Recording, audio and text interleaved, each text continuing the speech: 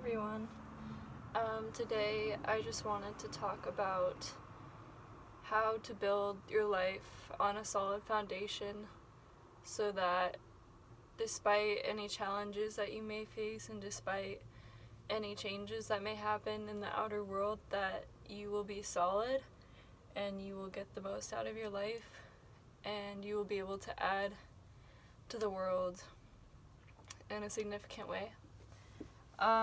So I don't know if you guys have read the parable about the man. Sorry, I just heard something outside.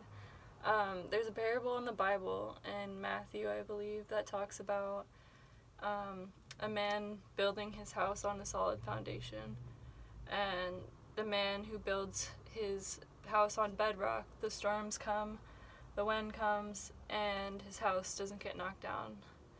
And then on the other side, we have the man who builds his house on sand, and the rains and the wind come, and his entire house collapses. So basically, how I see this story is I see it as a concept of that. I guess we can rewind. So this is Jesus that told this parable, and Jesus taught that the way out of sin and the way out of suffering. And sin, the word sin has been really misunderstood, or I guess translated the wrong way, I would say, in Christian teaching or like in the churches nowadays. But I think it's from the Greek, when you take it straight from the Greek,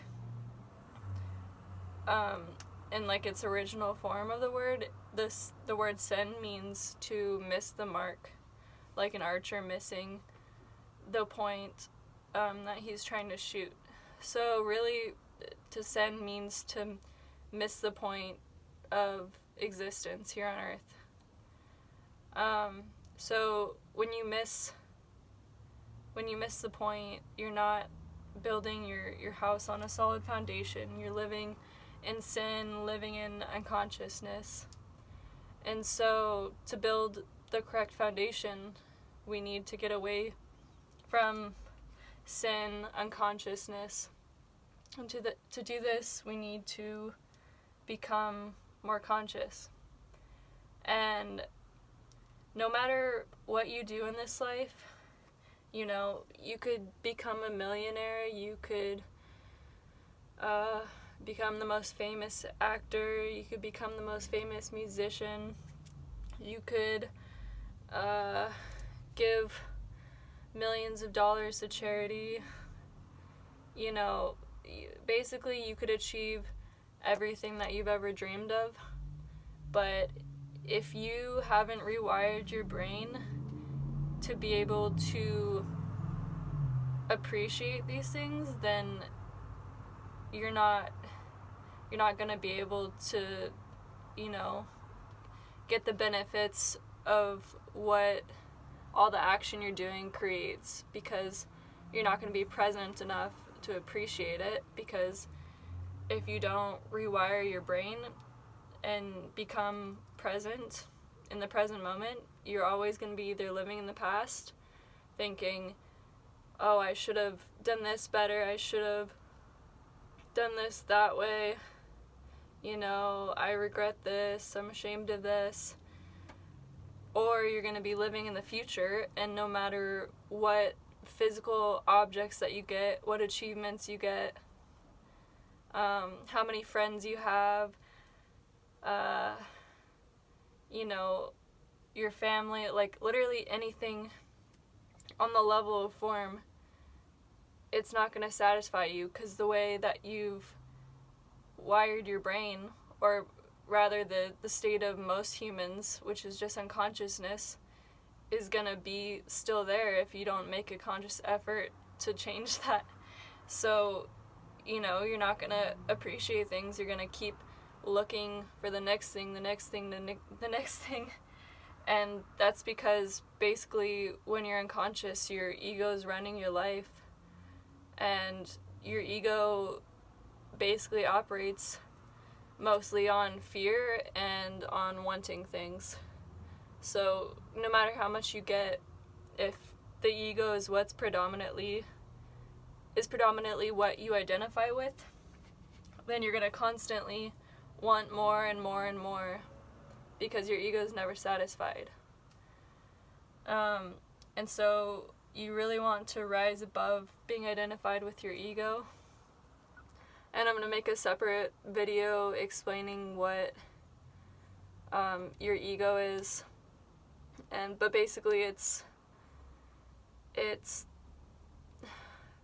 basically all the thoughts that you have and the emotions you have and the stories that you identify yourself with, or the opinions that you identify yourself with. And yeah, when you're identified with your ego, you're just gonna suffer, because like I said, it functions off of fear and wanting. It's really like I'm assuming a survival mechanism, and that's why our brains developed in this way. But I firmly believe that as humans, because of all the challenges that are presented right now, that it's time for us to rise above this and to be rooted in the present moment, in being and stillness and peace. Because when the challenges, like what's going on right now, when this stuff presents itself, it's really a chance to grow and to disidentify from everything that's causing you suffering. And what's causing you suffering is identifying with your thoughts, identifying with your emotions, your past, your opinions. You know, it's like the people that are so identified with their opinions right now, like for example in politics, it's like that's causing chaos right now, because people refuse to rise above their opinions and just see other people as human beings, instead of, you know, oh, they're my enemy because they are identified with a different thought pattern, basically. Yeah, so, you know, before you go and do it, like, it's good to have goals in life. It's good to work towards something, because we're put here to, you know, contribute what's close to our heart, contribute that to the world, to, you know, help other people, and just to add to the planet that we're on, because, you know, we all have that inner want, I guess, to creatively make something with our lives and to give back, you know.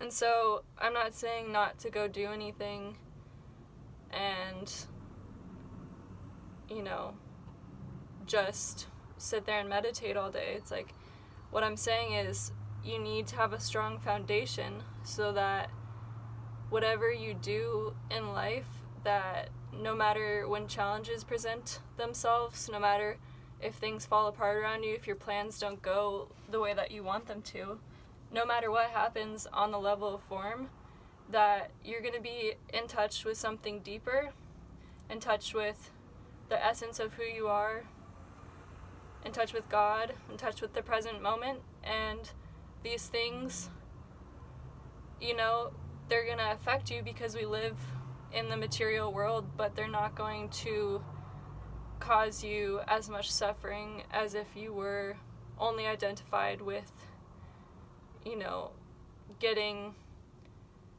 validation, getting praise from achieving things, you know, being identified with every thought and feeling you have. It's like, you know, that's not a solid foundation, because the world we're living in, like, it's always going to change. There's always going to be new challenges. There's always going to be just changes. Everything changes constantly. And, you know, when you're in the present moment, you're not going to be worried about tomorrow. You're not going to be worried about who wins the election. You're not going to be worried about what your career is going to look like in 10 years, because you're going to be present, and when you're present, the right action and the action that's the most aligned with you is going to come forth without you trying so hard. So yeah, I'm really trying to express how important it is to have a strong base, because you don't want to live your whole life unconscious, always living in the future, living in the past, and, having this big house, having all these friends, and yet still feeling like shit and feeling unfulfilled, and then you wonder why. And it's because you're not in touch with yourself, and you are what's behind your thoughts, what's behind your emotions. So I encourage all of you to get in touch with that. And the best way to get in touch with that is literally just be in touch with the present moment. It's like I can't explain it any better than that, because it's so simple. And that's, I don't know, it's crazy. It's like this really doesn't take any time at all to completely change your life. All you need to do is be here right now. And yeah, I invite all of you, if you haven't read The Power of Now, or it's called The New Earth by Eckhart Tolle, that you should really read those. They're life-changing books. And yeah, I think that's all I have to say today. I hope you're all having a great day. Like this video, comment if you want to add anything to this. And I send all of you guys my love, and we're gonna get through all these challenging times, and it's gonna cause us so much growth and push us to see things from a higher perspective and to be more present. So, alright, I'll see you guys later. Bye.